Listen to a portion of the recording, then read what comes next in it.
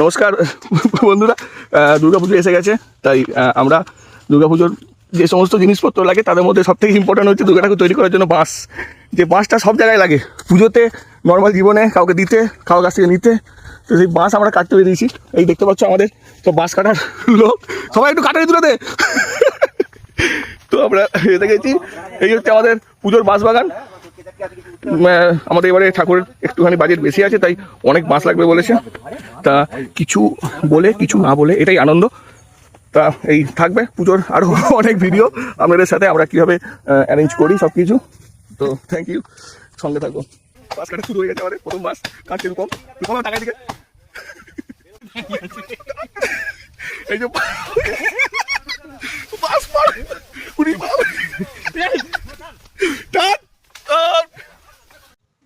অবস্থা খুব খারাপ, প্রচণ্ড গরম আর প্রচণ্ড রোদ, তাও মাঝে মাঝে ছাওয়া পাচ্ছি বলে